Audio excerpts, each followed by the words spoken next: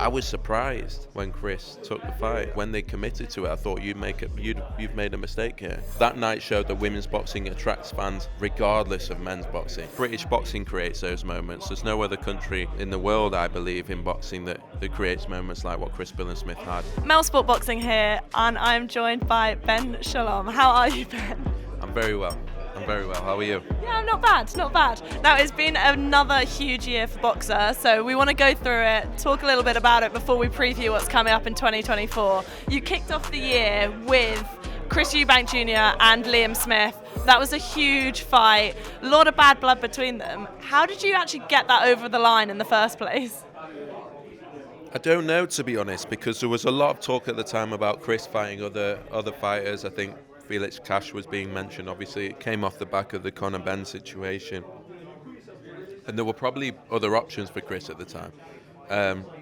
Fair play, he took it. And a lot of people felt he made a mistake by taking Billam-Smith. And it was a great fight to make. It was a great fight at the Manchester Arena. I still remember that night.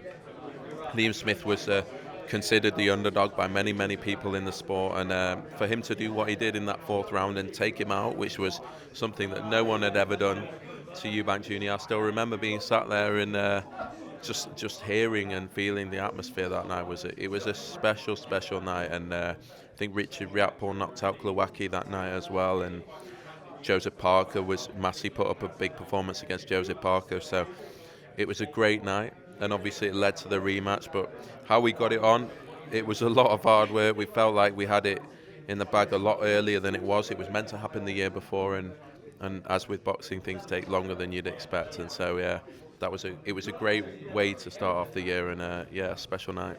Made it happen. Now, you said there about the fact that people kind of wrote off Billam-Smith heading into that fight. Nobody thought that he would drop Chris Eubank Jr., let alone hurt him and stop him.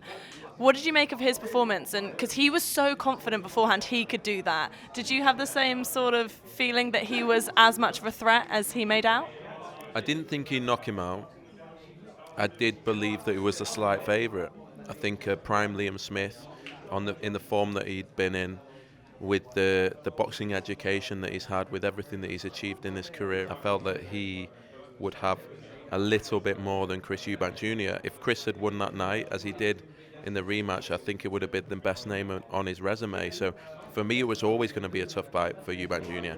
I was surprised when Chris took the fight. I really was. I remember pushing it. I remember going for it. I remember spending months and months trying to negotiate with Carlos Sauerland. When they committed to it, I thought you've made a mistake here, because we're going to do it at the Manchester Arena with a fighter that's been there and done it, that's been over to fight Canelo, that won't be overawed by the occasion, and is there to prove that he's a world level fighter. So yeah, I always had a feeling that Billam-Smith was going to do it.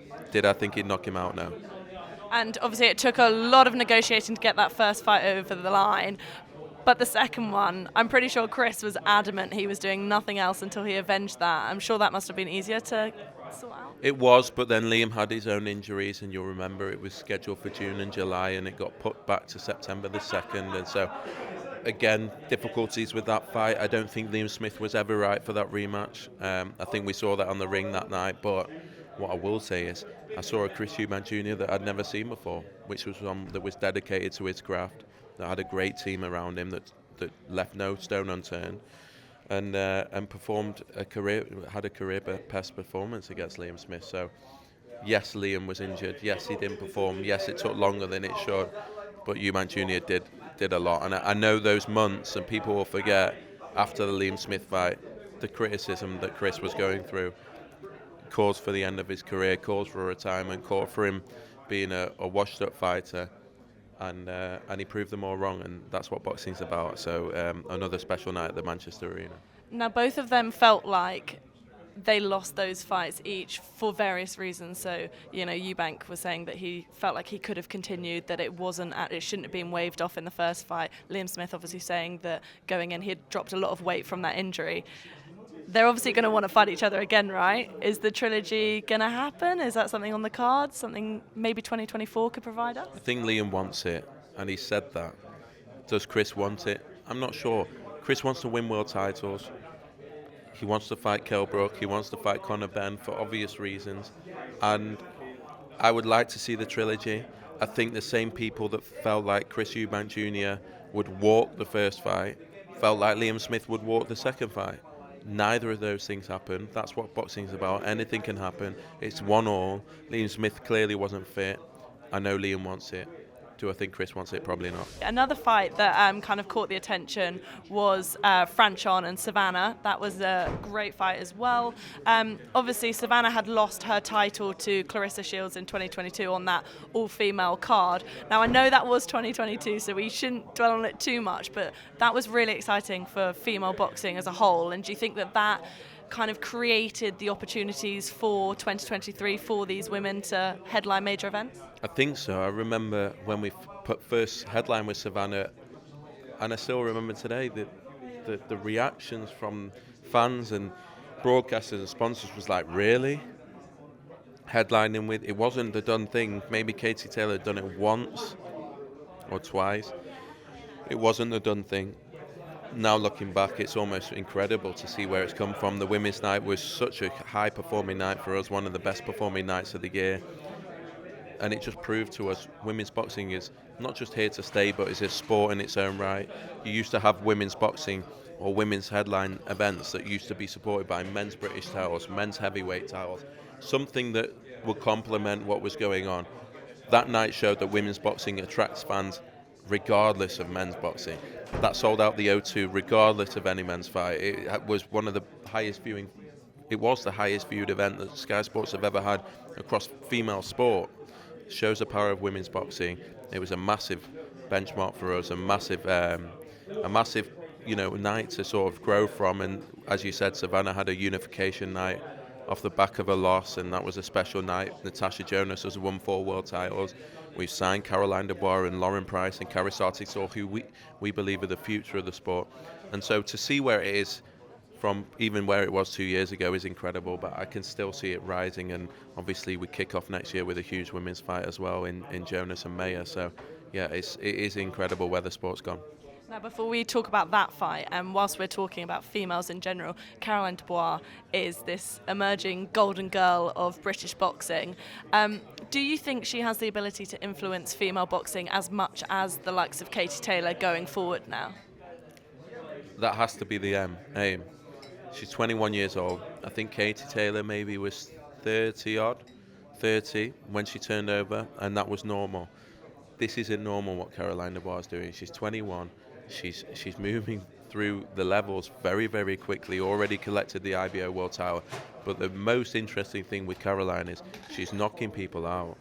We don't see that in women's boxing a lot. That was why we were able to get Savannah Marshall from middle of the cards to headlining cards to doing the greatest female night potentially of all time, because she could knock people out. That's what boxing fans have loved since beginning of man.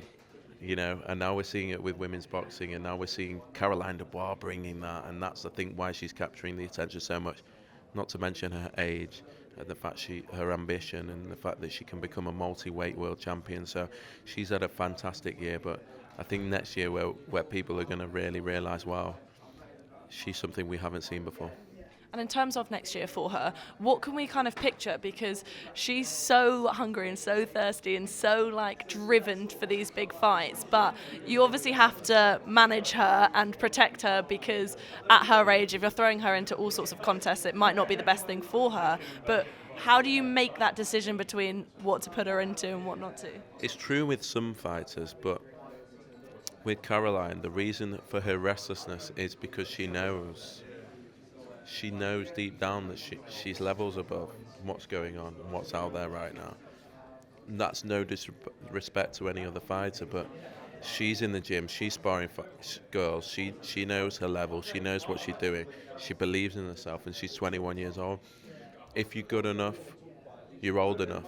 And so yes, we can look at her and say, right, well, let's take this fight and then build her this way and make sure we become a star. That's not because of boxing ability. Maybe we want her to we want the mainstream fans to know her, we want the casual fans to engage with her, but in terms of boxing ability, she's there or thereabouts now. She's a fighter that no one will want to get in the ring with, and yeah, I think next year she'll fight on February the 3rd, and we'll see her winning world titles next year, and that'll be the launch of hopefully a new star, especially when Tasha Jonas and Savannah Marshall and Katie Taylor are actually coming towards the end of their career, and have achieved so much. But we want to look at who is the next one, who is the star that's going to take it to another level. And there's no one better positioned than Caroline, and she knows that, and that's why she's so hungry. And you've got a lot of other female boxers, obviously British boxers as well. Lauren has broken records of her own recently, you know, first British champion for females. What's kind of coming up for her now? Because she's another person who's hungry, who's driven, who wants to keep breaking records, fight on the bigger stages. What can we expect from her in 2024? Only big things. I think when she turned over, it was a slower start than Caroline in terms of she wasn't boxing as regularly, you know, and as quickly. But the talent and the drive that we've seen from her recently, we all knew when she turned over her pedigree. We all knew her talent. She was the most decorated amateur we've ever seen in this country. Gold medalist, not just at the Olympics, at the Worlds, at every tournament that she entered. So we knew we had something special on our hands. It's then our job to make sure she gets the opportunities. What she's showed so far is that she's so far beyond this level and talent-wise. She's not even lost a round yet in her professional career. She needs the world titles, and she'll get them next year. She's another one that hopefully, when we look at Katie Taylor and the absolute enormous effect that she's had in Ireland, you have to look at Lauren Price and say, you can do that for Wales. We know the fan base is there. We know how much they're behind her. We know how popular she is there. It's now about getting her the right fights, and luckily she's in the welterweight division where you've got Tasha Jonas, Michaela Mayer, Sandy Ryan, Jessica McCaskill, some massive fights for her to really springboard. And I don't think the fans are ever going to see how good Lauren is until she's in those fights, because she's that good that she's going to make any other fighter look ordinary. Well, talking of world titles, one of the fights that sticks out is obviously the Lawrence Okolie, Chris Billam-Smith fight that we saw down in Bournemouth. That was a really good one. Obviously, getting it in Bournemouth for Chris Billam-Smith was a huge thing for him. He said he actually said that he doesn't think it can ever be beaten, that no matter what he does, winning his first world title at Bournemouth was huge. Now, how hard is it to get like football stadiums and stuff like that to agree to have a ring in the middle of their pitch and put on a fight? Not difficult than when you're Chris Billam-Smith and when you've got the fan base and the support that he's got. I mean, for Bournemouth, this was like Christmas come early. They've never had a world champion or a sports star or of that magnitude being able to sell out the stadium, so it wasn't difficult. What was difficult was getting the world title opportunity for him in Bournemouth, and we got that. Lawrence Okolie, credit to him, came in with 7 weeks notice and came in as the best cruiserweight in the world, and Chris Billam-Smith, you know, defied the odds in front of his home fans. It was a special night for British boxing, it really was, and he deserved it, and he did absolutely everything, and the game plan was incredible. But the atmosphere that night and the story and from where he'd been from, and the loss to Richard Riakporhe and the never giving up and never even being considered fringe world level, to go and win a world title in front of your fan base and in your stadium, it's what dreams are made of. That's what every boxer, even here today or that we have signed, that's what they dream of. You don't get better than winning a world title in front of your home fans, and he got to do it, and I can see why he'll never be topped. He obviously defended his world title on Sunday, and the story goes on, but yeah, that was a seriously special night, and one of those pinch yourself moments really, where you're seeing an ordinary guy, a guy that's not always been tipped to be the best, creating this humongous fan base and delivering in front of them and winning a world title. It was a special night, and for me, that's the British boxing creates those moments. There's no other country in the world, I believe, in boxing that creates moments like what Chris Billam-Smith had. It reminds me of the Ricky Hatton days, the Josh Warrington days, in fairness, and we now have a new hometown hero in Chris Billam-Smith. You said that you loved the game plan from him on the night. Did you ever think for a split second that he'd bottled it? Because when he, obviously in the build-up to the fight, he wasn't well, and when he got in the ring, he was a bit slow to start. A lot of people were thinking, oh God, he's let the occasion get to him. And then he obviously came out. I didn't think he bottled it. I just never thought that I had Lawrence as a favourite. I thought it was going to be a difficult night. I've never seen Lawrence in trouble.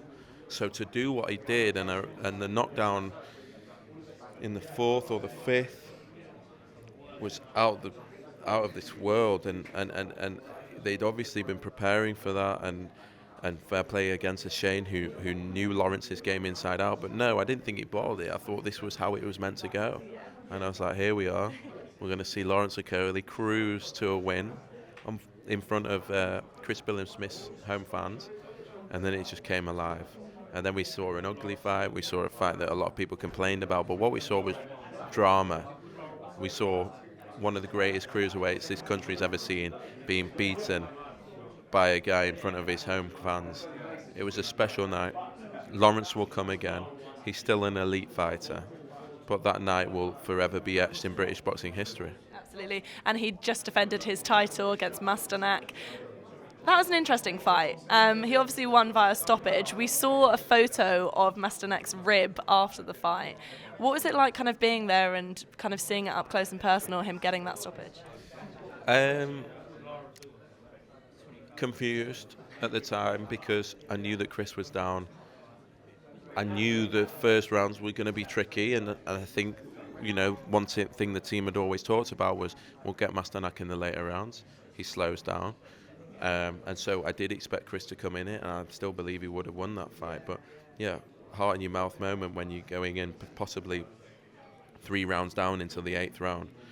That's a mountain to climb. You've got to really win 3 out of 4 rounds. And so for Masternak not to come out was a shock. But when I got close and saw what had happened, his rib was sticking out, and it would have been nasty for him to go on. And so, yeah, heart goes out to him because he obviously wonderful career, worked so hard. First time he challenged for a world title, achieved so much. But it was Chris's night again, and he always seems to find a way, and that's what great champions do. There was also Lawal and Chamberlain at York Hall. That was another great night of boxing. How important are those kind of small venues for boxing at the moment, and almost giving, not necessarily saying them, but other boxers an opportunity to shine and kind of put their best foot forward? It's massive just in terms of to be able to build stars and to be able to do. That's where British boxing lies. Adam Azim had a great night early on in the year. We went to Wolverhampton, and that was a special night. The York Hall nights are always special. Bournemouth, the stadium never happens without those first nights at the Bournemouth International Centre, where it's 2,000-3,000. So you have to have those nights. Obviously, that came off the back of a Aziz Bouatsi cancellation, but we kept it on, and it went ahead. And yeah, for me, those are the best nights. The compact, the compact arenas, the compact venues where you have an atmosphere like that, and you get local guys fighting for their lives, fighting for their dreams, fighting for their opportunities. Again, that's what British boxers are like about. We've had a few of them this year with the York Hall events and the Wolverhampton events and Adam Azim's and the Bournemouth stuff before the stadium. So it's definitely the bedrock of British boxing, and yeah, delighted to be there. We that night in itself, the Gilly Lewis Green fight as well. A special fight, and you only get those moments in that sort of environment. From York Hall to Saudi Arabia, we had Okolie and Takam fighting out there. I saw you out in Saudi Arabia. What is it like being able to have those boxers on stages like that, being able to, that was probably one of the most amazing events in terms of the setup they had. Yeah, what was it like, and also can we see BOXXER host a show over there anytime soon? I believe so. I think the only thing I worry is just if sometimes the fighters think that there's a pot of gold always coming at the end of the rainbow, and yet these events happen very few and far between. That's why we've seen the heavyweight so stagnant. But yeah, special experience for Martin. I hope that they keep investing. I hope that they keep putting on events. I hope that fighters keep getting opportunities. That's all you can want. But ultimately, we want to see British fights in Britain. We want to see the big fights. We had the 2 biggest on British soil this year with Eubank Smith. Bouatsi Aziz for me would have been the 3rd. That's what the bedrock of this sport is. That's why we have the stars that we have. because of the big nights and because of the big fights happening over here. So I think it's great. I hope it continues. I believe we're going to get more opportunities for fighters. We're having offers already around that, but do I want to see the big nights in the UK? Of course I do, and that's our focus. Well, a big UK fight that we could see, and somebody that was out there in Saudi Arabia, Fraser Clark, was watching Fabio Wardley in action. Is that something we could get in 2024? Look, both fighters want it. We're in touch with both teams. They both want it. Usually when that is the case, the fight happens. I think it's just a question of when. February, March or April. Look, Fraser, in my opinion, because he'd only had 6 rounds up until the Persbid situation, it felt as a promoter it wouldn't have been right. You know, it wasn't his decision. We wanted to make sure that he knew what it was like to go 10 rounds. We knew what it was like to have high-profile fights. He's ticked those boxes. He's ready for it. He was always ready for it in terms of ability. It's just about making, in terms of being able to win the fight. It's just about developing in the right way. It's okay winning the fight. Where do you go next? You want to have built up your resume. You want to have experienced things. He's done it now, and the fight will happen Feb, March, April. I'm sure of it because both fighters want it. It's a fight I definitely want to see. One last person I want to ask you about is Adam Azim. He's obviously a European champion now. He broke Spencer Oliver's record, and he's just constantly busy. That man, like, I even spoke to him today and I was saying to him, okay, what's your plans for like the next 12 months? And he's just reeling off names and he's saying like back-to-back dates. Is he going to be as busy as he's hoping? He is. Look, he loves it, and him and Caroline are so similar in the fact that they live, breathe boxing. All they want to do is fight, and all they want is the big names. They're at that age where they're so excited. They're so excitable about what's going on in and around them. They're generational talents. So to see Adam Azim break records, get to his 10th fight, win a European title, ahead of the queue of so many other great fighters in that division, he's moving fast. He wants the big fights. He'll be out on February the 3rd against Poulsen, which is another, actually his toughest fight today. And yeah, he knows the names that he wants. He's ready. He's never out of camp. You know, you can't ask for anything more. He's a phenomenon, and he's still so young. And so sometimes you worry in terms of how is he coping with the attention, the pressure, everything. But we'll see him develop outside of the ring as much as inside of the ring in the next 12 months. That's what I'm equally excited about. And yeah, definitely a superstar that British boxing needs to get behind.